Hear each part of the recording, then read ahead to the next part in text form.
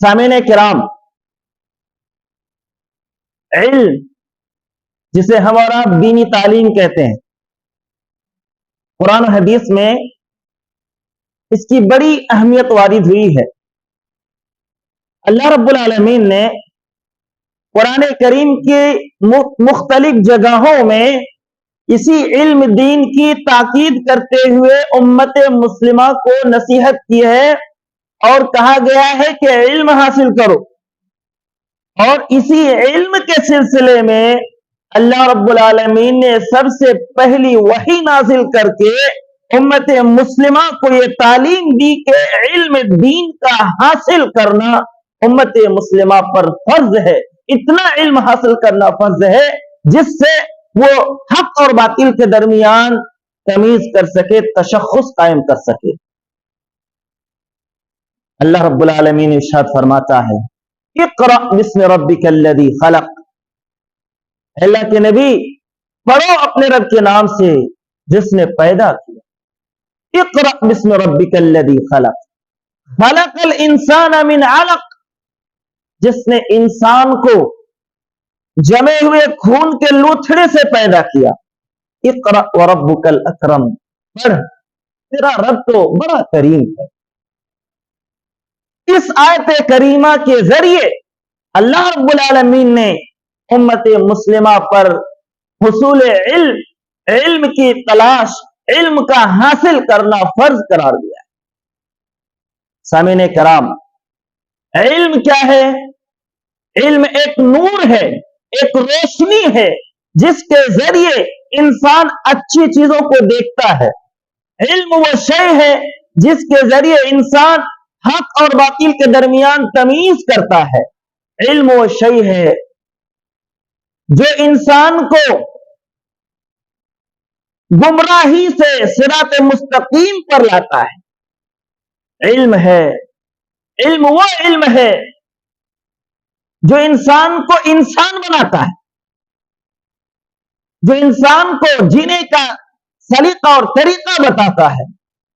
ظاہر سی بات ہے، جس علم کا اتنا مقام ہو، جس علم کی اتنی اہمیت ہو، تو اس کے حصول کے لیے کچھ آداب بجا لانا بہت ہی ضروری ہے۔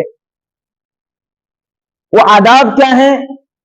وہ طریقے کیا ہیں جن آداب کے ذریعے اس علم کا حاصل کرنا ممکن ہو سکتا ہے؟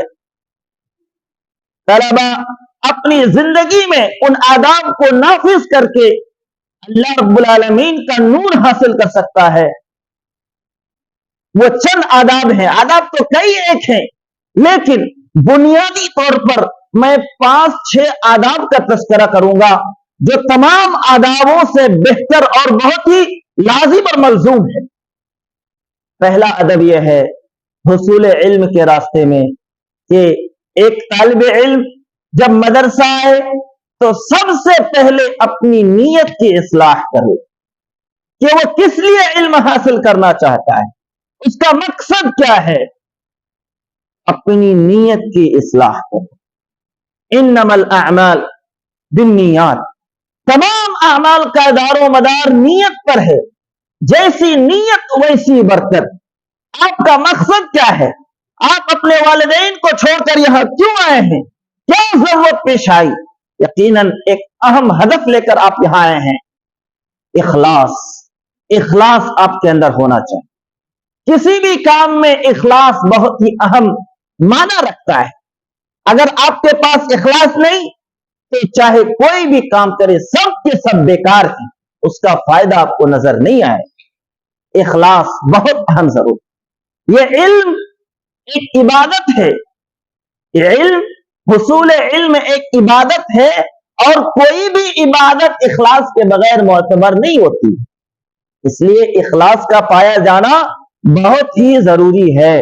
اللہ رب العالمین اسی اخلاص کی طرف اشارہ کرتے ہوئے فرمایا وَمَا أُمِرُوا إِلَّا لِيَعْبُدُوا اللَّهَ مُخْلِصِينَ لَهُ الدِّينَ، اور انہیں صرف اس بات کی اجازت دی گئی ہے، انہیں صرف اس بات کا حکم دیا گیا ہے کہ وہ صرف اور صرف اللہ کی عبادت کریں، اسی کے لیے دین کو خالص کرتے ہیں۔